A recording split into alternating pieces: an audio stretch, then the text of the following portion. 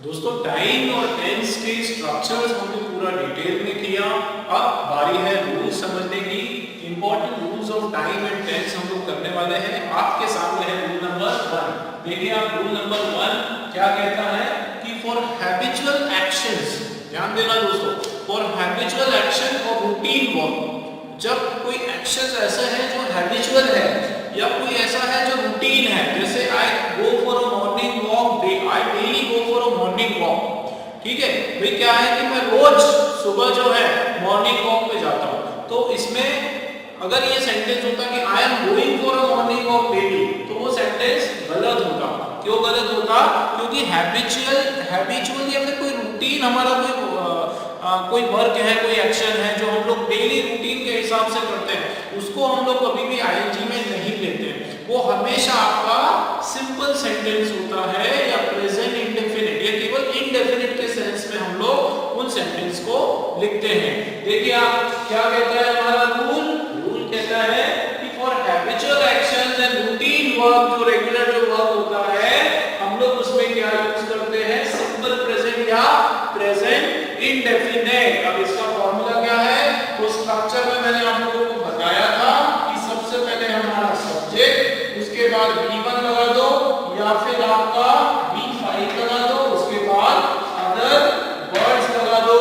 अब कहेंगे V1 क्या होता है? तो V1 जो है वो आपका, आप बोल सकते हो प्लूरल वर्ड। V1 जो है वो आपका एज इट इज या प्लूरल वर्ड होता है, और प्लूरल वर्ड होता है, प्लूरल वर्ब ले लो उसको, क्या होता है वो V1 आपका प्लूरल वर्ब होता है, ठीक है। V1 क्या होता है? Plural verb. तो V5 क्या होता है? तो V5 जब भी आपके वर्ब के साथ अगर हमने s या es लगा दिया तो वो आपका क्या बन जाएगा? V5 बन जाएगा। तो ये बिल्कुल याद रखना है दोस्तों, बहुत सारी जगह आपको V1 और V5 देते हैं बुक्स में। जब आप सेल्फ स्टडी करो, आपको पता होना चाहिए कि V5 का मतलब है कि हम लोग उसके अंदर s और es लगा देते हैं, ठीक है। s es ध्यान देना, क्या बताया था मैंने? s es कब लगाते हैं? सिंगल के साथ, he she it या कोई भी बाकी का जो सिंगुलर है उसके साथ वर्ब का फर्स्ट फॉर्म। सिंगुलर सब्जेक्ट है तो वर्ब का फर्स्ट फॉर्म, प्लूरल सब्जेक्ट है तो आपका V1 प्लूरल वर्ड लग जाएगा। चलिए एग्जांपल देख लेते हैं। इधर एग्जांपल है, I am reading daily newspaper, या I am daily reading a newspaper. भाई I am daily reading a newspaper, ठीक है, मैं क्या कर रहा हूं? मैं रोज डेली न्यूज़पेपर पढ़ रहा हूं। तो ये आपका जो सेंटेंस है, ये सेंटेंस बिल्कुल गलत हो जाएगा। क्यों गलत हो जाएगा? क्योंकि हम लोग ऐसे कभी नहीं बोलते। हम क्या बोलते हैं? आई, उसके बाद हम लगाते हैं आई डेली, क्या बोलते हैं? आई डेली रीड न्यूज़पेपर, आई डेली रीड न्यूज़पेपर। ये आपका सही फॉर्मेशन होगा। कारण क्या है कि न्यूज़पेपर रीडिंग जो है कैसा है? जैसे I watch television regularly, I regularly watch television, ठीक है। I often go to market, मैं कई बार मैं बाजार में जाता हूं। I am going to market, I am going to market often. ये बोलते हो आप कभी? I am going to purchase vegetable every week, I am going to purchase vegetable every week, हर हफ्ते में जो है सब्जियां खरीदने जा रहा हूं, ऐसा बोलते हैं?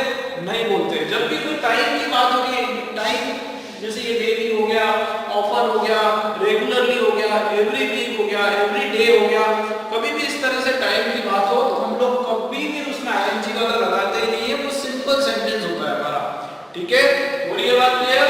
तो ये देखो, आई am daily reading newspaper, reading newspaper गलत हो जाएगा। क्या हो जाएगा सही? आई के बाद आई डेली रीड अ न्यूज़पेपर, ठीक है।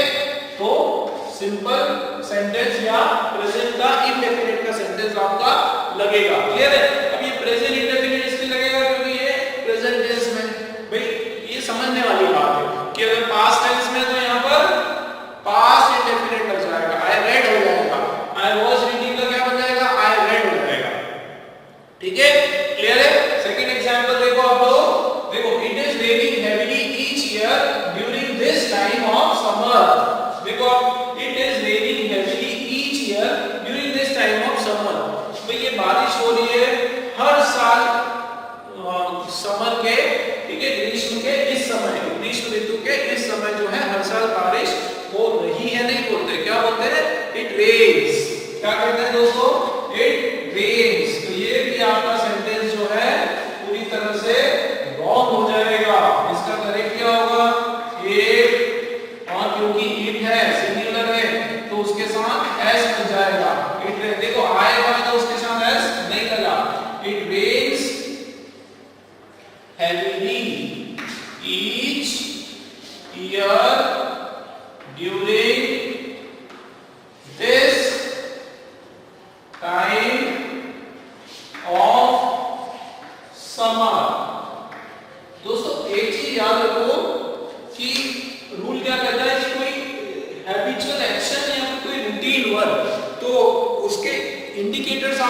चाहिए सेंटेंस में, कहीं से ऐसा शो होना चाहिए कि ये चीज रिपीट हो रही है, बार बार हमारे रूटीन में है।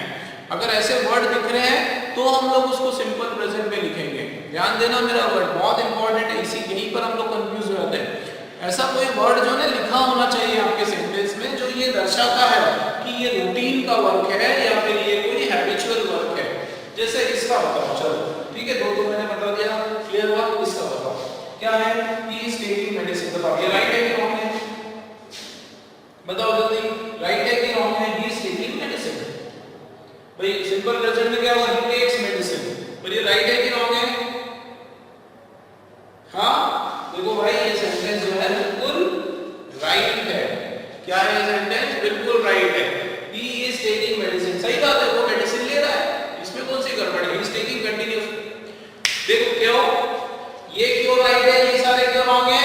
क्योंकि इसमें कोई टाइम का इंडिकेशन नहीं है, इसमें कोई हमने ये नहीं लिखा कि he is taking medicine every evening या he is taking medicine every morning. अगर हम लोग लिखते हैं, ध्यान दो जरा, he is taking medicine every morning, अगर ऐसा कोई भी टाइम का इंडिकेशन होता या एवरी वीक या एवरी डे, ठीक है, या एवरी इवनिंग, कोई टाइम का इंडिकेटिंग वर्ड होता है ना, एडवर्ब ऑफ टाइम होता, टाइम का कोई सा एडवर्ब होता, उस कंडीशन में हम लोग यहाँ पे ये सेंटेंस आपका उस कंडीशन में जो है रॉन्ग हो जाता। फिर राइट क्या हो जाता, ये आपका हो जाता ही टेक्स, और ये he takes medicine, he takes medicine every morning। में क्लियर हो रहा है कि नहीं हो रहा है? तो अगर आपका कहीं पे सेंटेंस कंटिन्यूअस टेंस में लिखा है तो आप उसको एकदम रॉन्ग नहीं करोगे। कब रॉन्ग होगा वो, जब आपका वो हैबिचुअल कोई एक्शन है, कोई आदतन एक्शन है, कोई ऐसा कार्य है जो आप रोज रोज करते हो, उस कंडीशन में जो है आप लोग प्रेजेंट इंडेफिनिट में या केवल इंडेफिनिट टेंस में वो सेंटेंस आपका हो जाएगा। इस तरह के एरर्स बहुत आते हैं दोस्तों, कंटीन्यूअस टेंस में आपको उसको दे देते हैं और फिर हमको करेक्ट करना होता है, ठीक है, तो याद रखना। ये हमारा था फर्स्ट रूल। सेकंड जो रूल है वो भी हमारा प्रेजेंट इंडेफिनिट से ही जुड़ा हुआ है, ठीक है। जल्दी से इसका स्क्रीनशॉट लें आप लोग, इसको कॉपी करें। नेक्स्ट रूल हम लोग देखने वाले हैं। Okay, so let's see rule number 2। देखो भी, रूल नंबर 2 आपका कहता है कि सर जब कोई मैक्सिम या फिर कोई प्रोवर्ब या फिर कोई इडियम या फिर कोई कहावत, कोई ऐसी कहावत की बात हो, कहावत समझते हैं ना हम लोग, कोई भी ऐसी कहावत या कोई ऐसा यूनिवर्सल ट्रुथ, कोई ऐसी विश्वव्यापी सच्चाई, ऐसी सच्चाई जो इंसान बदल नहीं सकता है, उस प्रकार की अगर कोई हम बात करें तो वो सेंटेंस आपके हमेशा इंडेफिनिट टेंस में ही रहेंगे या किस में रहेंगे, प्रेजेंट टेंस में रहेंगे। आ रही बात समझ में, इंडेफिनिट टेंस में या फिर प्रेजेंट टेंस में रहेंगे। चलिए मैं रूल लिख देता हूं इसका, तो आप देखो रूल हमारा, रूल नंबर 2 क्या बोलता है कि फॉर आपका रूल 2 है फॉर प्रोवर्ब या फिर मैक्सिम, मैक्सिम मतलब भी कुछ कहावतें, ठीक है, या फिर कोई प्रोवर्ब, मैक्सिम और यूनिवर्सल ट्रुथ, कोई सच्चाई, ठीक है, इस तरह के कोई सेंटेंस होते हैं, उसमें भी, उस कंडीशन में भी क्या करते हैं हम लोग, we use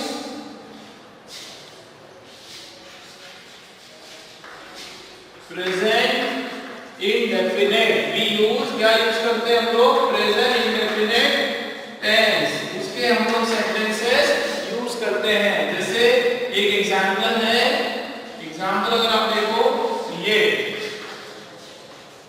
the sun is rising in the east, ठीक है, ऐसा बोलते हैं क्या भाई हम लोग, the sun is rising in the east, ऐसा बोलते हैं हम लोग, सन ईस्ट में उग रहा है धीरे धीरे धीरे, भले हम लोग देख रहे हैं हमारी आंखों से, ठीक है, उसके बावजूद जो है क्या सही फॉर्मेशन क्या होगा उस सेंटेंस का, उसका सही फॉर्मेशन होगा ये रॉन्ग हो जाएगा। ठीक है, क्या होगा उसका सही सेंटेंस, द सन, और ये हो जाएगा राइजेस इन द ईस्ट। क्यों होगा ऐसा, क्योंकि ये क्या है, ये आपका यूनिवर्सल ट्रुथ है। ठीक है, वैसे एक सेंटेंस आप देखो, जैसे एक कहावत है कि भैया टाइम एंड टाइम, ठीक है ना, वेट फॉर नन। ठीक है, इसमें क्या है बताओ जरा, क्या है होगा इसमें, बिल्कुल सही पकड़ा, इसमें ये वेट नहीं होगा, क्या हो जाएगा, वेट्स। क्यों हो जाएगा वेट्स, क्योंकि ये दोनों जो है एक ही यूनिट है, दोनों एक दूसरे के पर्याय है। ठीक है, एक ही मीनिंग निकल के आ रहा है।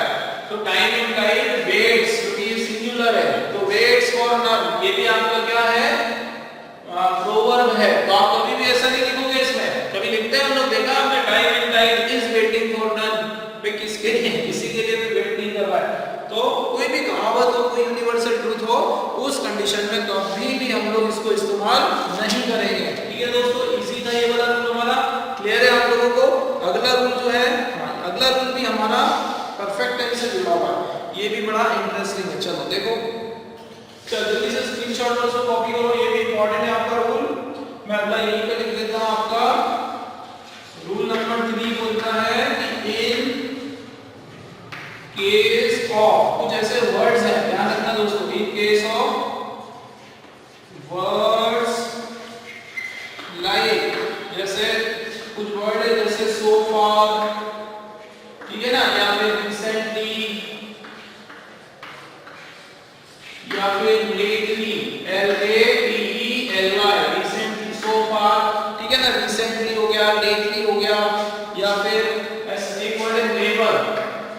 ठीक है, नेवर। अगर आपके सेंटेंस में, ध्यान देना दोस्तों, अगर आपके सेंटेंस में ये वर्ड आ गए, कौन कौन से, सो फार आ गया, रिसेंटली, लेटली आ गया, नेवर आ गया, है ना, और उस कंडीशन में जनरली मतलब 99% जो आपका सेंटेंस होगा, है ना, तो कौन सा होगा वो, वी यूज प्रेजेंट, कैसा यूज करते हैं हम लोग, present, we use present perfect tense. ठीक है ना, कौन सा सेंटेंस यूज करते हैं हम लोग, प्रेजेंट परफेक्ट का हम लोग सेंटेंस यूज करते हैं। कौन सा करते हैं, प्रेजेंट परफेक्ट का। अब दोस्तों प्रेजेंट परफेक्ट का फार्मूला पता है आप लोगों को, क्या फार्मूला है प्रेजेंट परफेक्ट का, अभी हमने स्ट्रक्चर में किया था, सब्जेक्ट सर, उसके बाद हैज, या फिर सर हैव, फिर वर्ब का थर्ड फॉर्म, और आपका अदर वर्ब, ये हो गया आपका प्रेजेंट परफेक्ट का फार्मूला। ठीक है, चलो इसका एक एग्जांपल मैं देता हूं, डायरेक्ट आपके बैंकिंग लेवल का क्वेश्चन देता हूं, फिर आप लोग मुझे बताओ कि इसमें क्या एरर है। ठीक है, तो out of the 500 invitees only a few attended the party so far. Question है आपका, out of the 500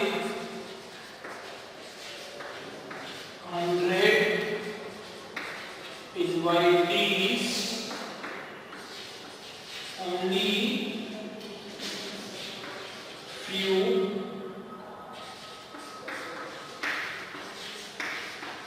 attended the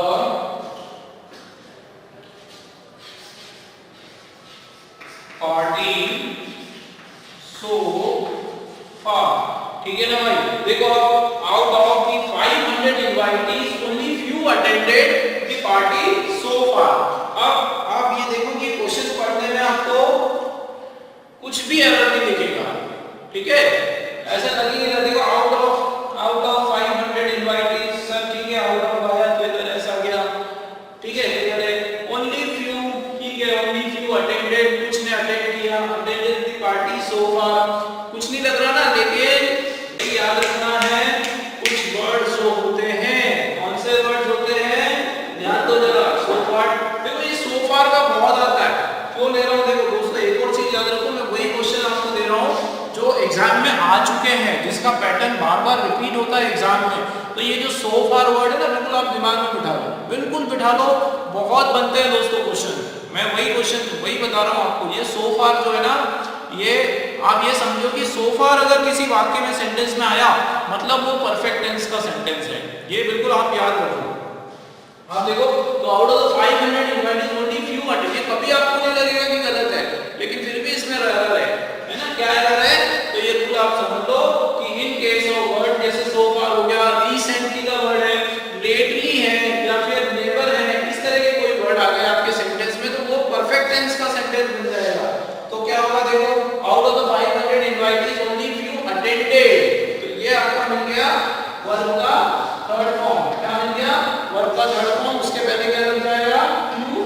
अब एक से ज्यादा की बात हो रही है, प्लूरल है, तो हैव क्या हो जाएगा? Few have attended the party so far. Clear हो रहा है दोस्तों?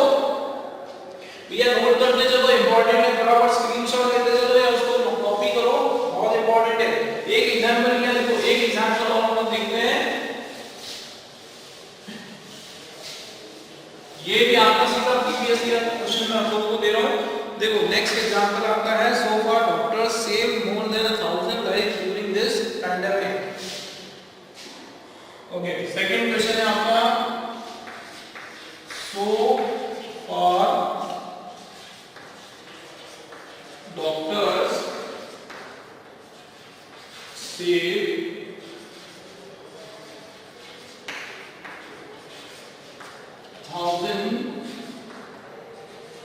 lives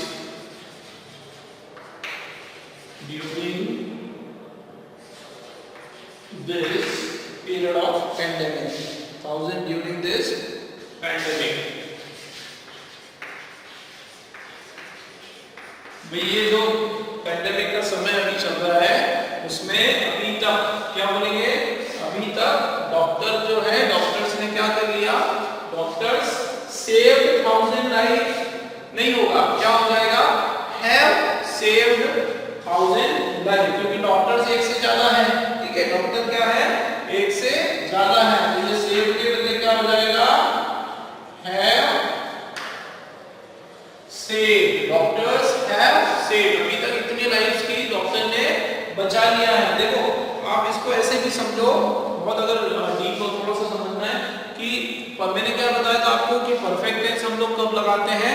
जब काम तो पहले हो चुका होता है, लेकिन उसका प्रेजेंट के सिनेरियो को देखते हुए हम लोग उसको बोलते हैं, है ना। जैसे सो फार अभी तक जो है डॉक्टर्स ने इतने हजार लोगों की जान बचा ली है, तो भले ही ये बचा ली है, कार्य पहले ही हो गया है, लेकिन आज के दृष्टिकोण में, आज के समय को ध्यान में रखते हुए हम लोग ये सेंटेंस बोल रहे हैं। तो जब कोई पुराना काम हो गया है लेकिन प्रेजेंट सिनेरियो के लिए वो इम्पोर्टेंट है, या प्रेजेंट दृष्टिकोण से हम लोग उसको देख रहे हैं, उस कंडीशन में हम लोग क्या करते हैं? प्रेजेंट परफेक्ट लगाते हैं। तो आप वैसे भी समझ सकते हो। और एक ट्रिक जो है वो यही है कि सो फार वाला वर्ड आया मतलब वो हमेशा आपका प्रेजेंट परफेक्ट में ही होगा। ठीक है दोस्तों, क्लियर है? तो ये so far doctors have saved 1000 lives during this pandemic. चलिए ये था हमारा रूल नंबर 3। आगे बढ़ चलते हैं जल्दी से रूल नंबर 4 की ओर। ये कॉपी करते जाओ, इंपॉर्टेंट है ये। क्लियर हो रहा है? अभी तक कौन कौन से रूल पढ़े हमने? अभी 2 रूल तो हमने इंडेफिनिट के पढ़े। क्या पढ़े इंडेफिनिट के? तो सर आपने बोला था कि इंडेफिनिट में हम लोग यूनिवर्सल ट्रुथ की बात करते हैं, कोई हैबिचुअल एक्शन की बात करते हैं, कोई रूटीन वर्क की बात करते हैं। ठीक है ना? ये हमारा इंडेफिनिट। फिर तीसरा हमने जो बात की थी परफेक्ट की। परफेक्ट में बताया था सर कि ये जो वर्ड्स हैं सो फार, रिसेंटली, लेटली, ठीक है, इनके साथ हमेशा प्रेजेंट का परफेक्ट टेंस आता है। अब रूल नंबर 4 जो है ये हमारा है कंटीन्यूअस का। इसमें देखो रूल क्या बोलता है? For any action that started in the past is still going on. Okay, तो rule number 4 for any action that, ध्यान देना ये भी इंपॉर्टेंट है, started in the past and is still going on, ठीक है, when we use perfect continuous, वे क्या use करते हैं, परफेक्ट कंटिन्यूअस टेंस। ये मैंने जब आप लोगों को परफेक्ट कंटिन्यूअस का एग्जांपल दिया था, बिल्कुल बढ़िया तरीके से मैंने समझाया था कि जब कोई ऐसा एक्शन है जो पहले कभी स्टार्ट हो गया है लेकिन क्या हो रहा है, आगे खत्म नहीं हुआ है, अभी इस टाइम खत्म नहीं हो रहा है, तो उसके लिए हम लोग क्या बोलते हैं, परफेक्ट कंटिन्यूअस। जैसे example, I have been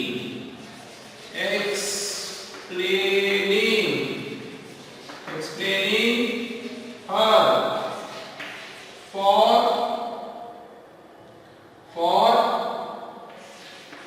1 hour। तो 1 घंटे से जो है मैं उसको समझा रहा हूँ, क्या कर रहा हूँ मैं उसको, 1 घंटे से मैं उसको समझाते आ रहा हूँ, एक्सप्लेन करते आ रहा हूँ।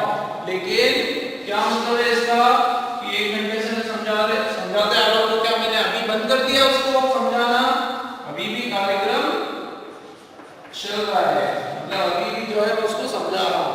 जैसे I have been taking lecture since 10 minutes, ठीक है, सॉरी for 10 minutes, क्योंकि for और since का भी मैंने आप लोगों को बताया था, क्या बताया था कि जब हम लोग एकदम एग्जैक्ट पॉइंट ऑफ टाइम की बात करते हैं, है ना, एग्जैक्ट पॉइंट जो क्लॉक का टाइम है, जैसे for 9 AM, for 6 AM, for 7 o'clock, तो ऐसे टाइम की बात करते हैं।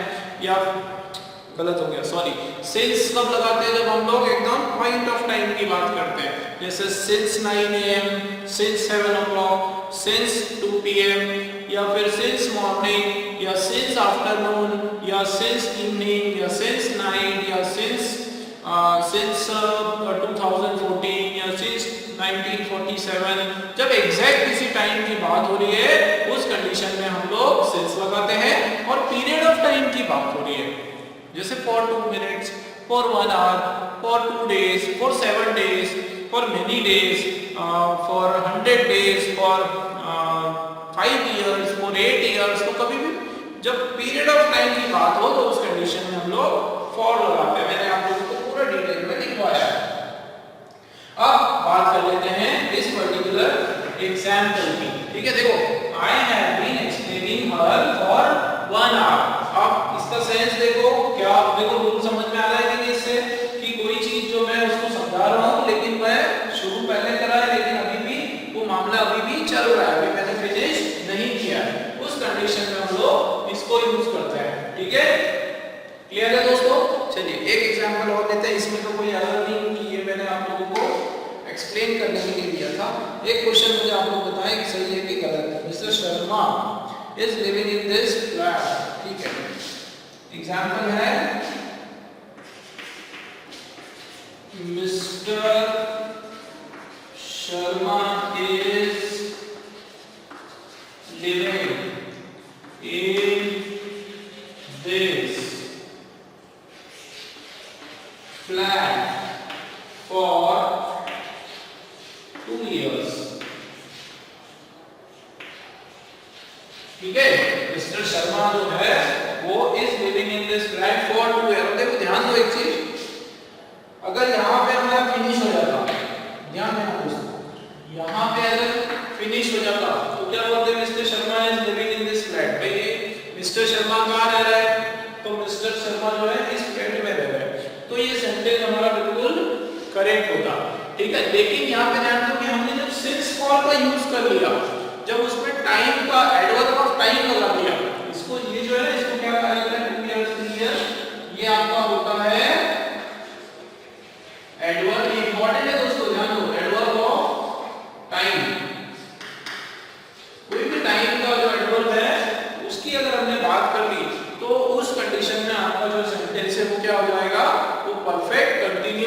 सेंटेंस हो जाएगा। ठीक है, क्लियर है? तो क्या गड़बड़ है सर?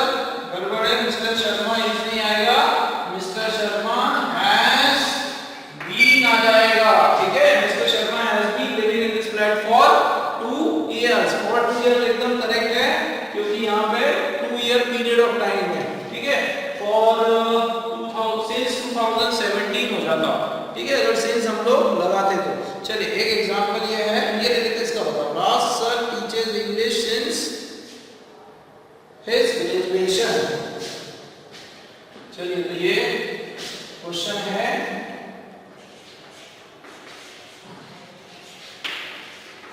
राज sir teachers English, last time teaching English since his graduation। ठीक है, ये राज सर जो है, राज सर में से इस नाचीज का नाम है, तो राज सर जो है वो इंग्लिश पढ़ाते हैं कब से? अपनी ग्रेजुएशन से। ठीक है, चलिए तो देख लेते हैं। तो Raj sir teachers English since his graduation. अब आप एक ध्यान दो, यहाँ पर क्या आ गया? सिंस आ गया।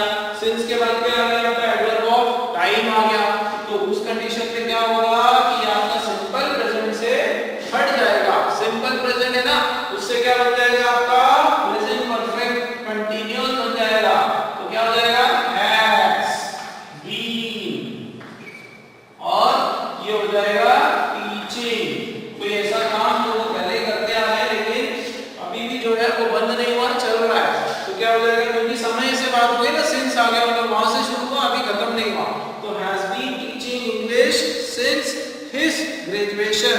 ठीक है, क्लियर है दोस्तों? चलिए एक एग्जांपल और लेते हैं, थोड़ा सा इसका लेवल बढ़ा देते हैं क्वेश्चन का।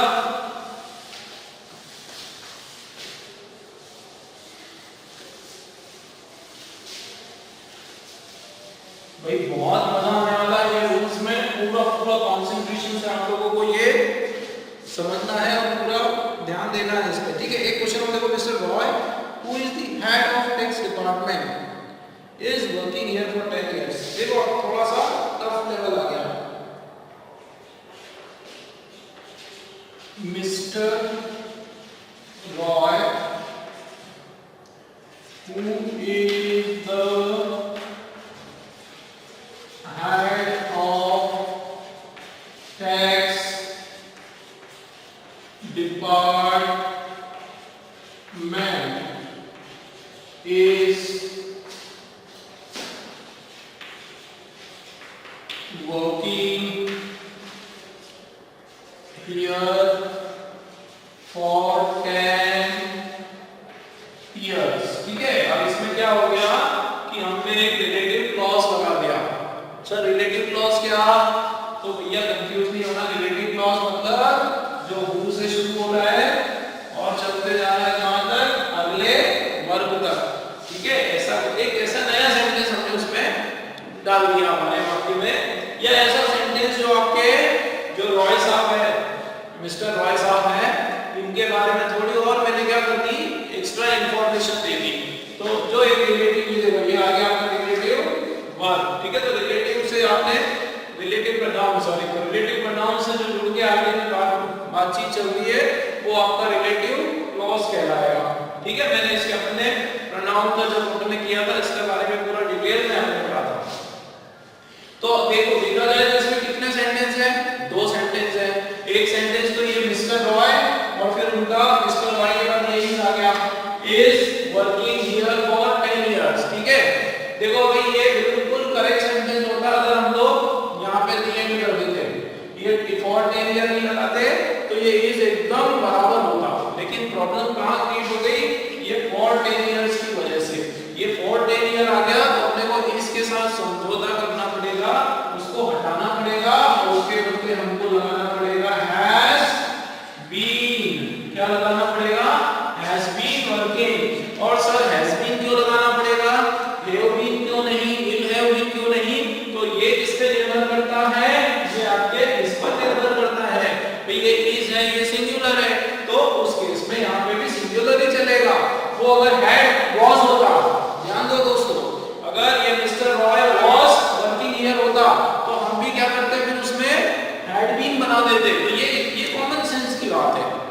है ना, ये कॉमन सेंस की बात है, एकदम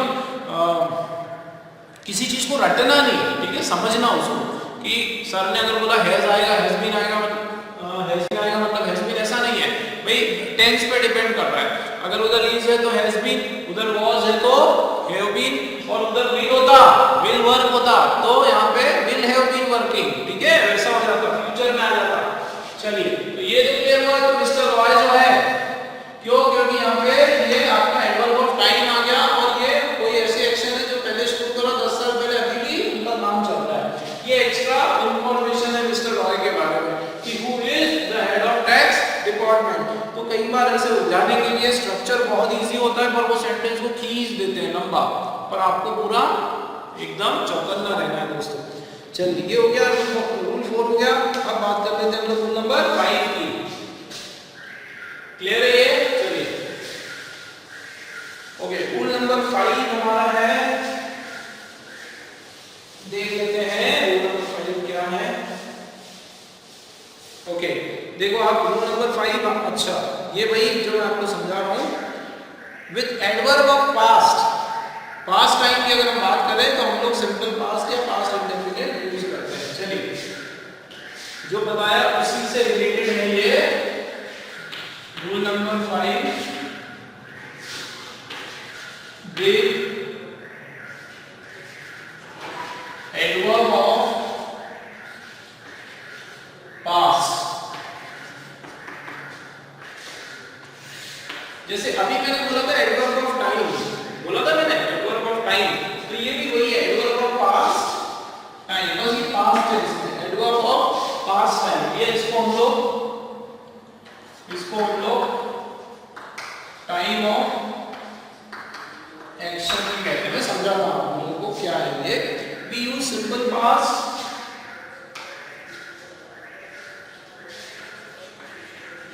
we use simple past or past indefinite, ठीक है, सिंपल पास्ट और पास्ट इंडेफिनिट हम लोग यूज करते हैं।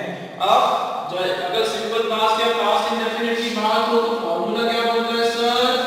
फॉर्मूला हमारा होता है subject plus verb second form plus other words, ठीक है ना, वर्ब का हमेशा सेकंड फॉर्म वो होता है सिंपल पास्ट। अब देखो एक एग्जांपल, उससे हम लोग इसको समझते हैं। देखो unfortunately his uncle had died yesterday in the road accident. Question है आपका unfortunately his uncle had died in the road accident yesterday। देखो भाई ध्यान से कि ये सेंटेंस भी वैसे ही है, अगर इसको आप पढ़ोगे, ठीक है ना, ये सेंटेंस पढ़ने में एकदम सही लग रहा है, कुछ भी एरर नहीं लग रहा है, ठीक है, आप इसको पढ़ोगे किसी भी एंगल से हमको रॉन्ग नहीं लग रहा है। देखो unfortunately his uncle had died in the road accident yesterday, ये सेंटेंस आपका सही होता, ध्यान देना दोस्तों, ये सेंटेंस आपका एकदम सही होता कब? जब आपका ये यस्टरडे नहीं होता।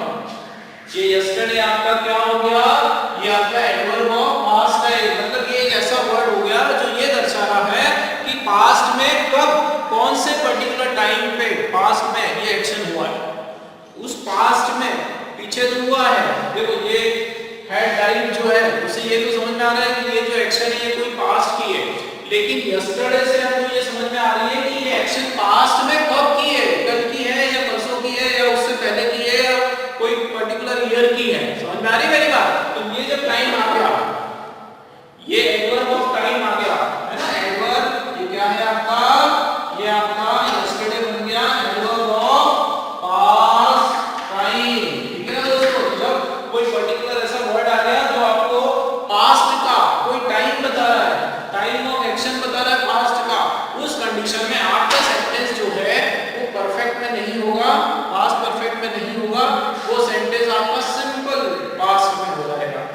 पास्ट में, सिंपल पास्ट में। ध्यान देना दोस्तों, ठीक है ना। तो क्या हो जाएगा, unfortunately his uncle had died, तो हैड आएगा नहीं, ठीक है ना, बस सिंपल डाइड। क्या आ जाएगा, अंकल हैड नहीं आएगा, डाइड। क्या हो जाएगा हमारा सही answer, unfortunately his uncle died in the road accident yesterday. हो रही है बात क्लियर भाई, हो रही कि नहीं? ये सेंटेंस पे, ये वर्ड पे डिपेंड करेगा। ये वर्ड आ गया ना तो आपका सिंपल पास्ट। अच्छा ये वर्ड नहीं आता तो कोई इशू नहीं भाई, बिल्कुल सही है, हैड डाइड। समझ में आ रहा है? एक एग्जांपल और देखो। चलिए नेक्स्ट एक क्वेश्चन है हमारा, it was surprising banks had reduced there base rates last year. ये भी अच्छा क्वेश्चन देखो। It was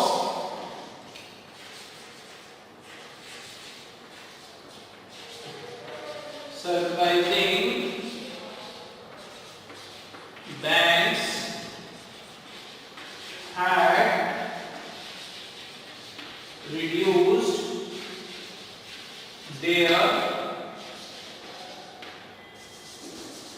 their base rates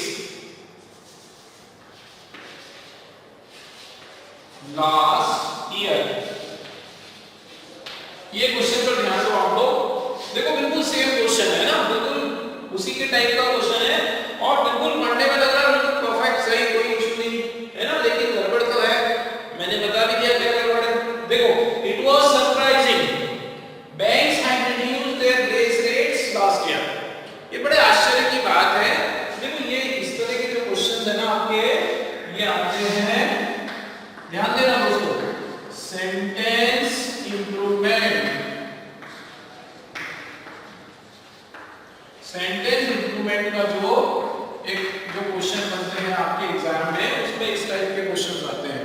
मतलब आपको 4 सेंटेंसेस दिए हैं, चारों सेंटेंस आपको बिल्कुल सही लगेंगे, चारों आपको सही लगेंगे, उसमें से आपको बिल्कुल परफेक्ट वाला चूज करना है और रॉन्ग वाले अलग करना है। तो ये यहाँ पे गड़बड़ हो जाती है, इसलिए मैं बता रहा हूँ कि इन पे बिल्कुल ध्यान दो दोस्तों। इसके बाद जब हम लोग एक बार हमने रूल्स किए, फिर जब हम लोग एरर डिटेक्शन करेंगे तो आपको समझ में आएगा कि यार हाँ कैसे चीजों को हम लोग अप्लाई कर रहे हैं।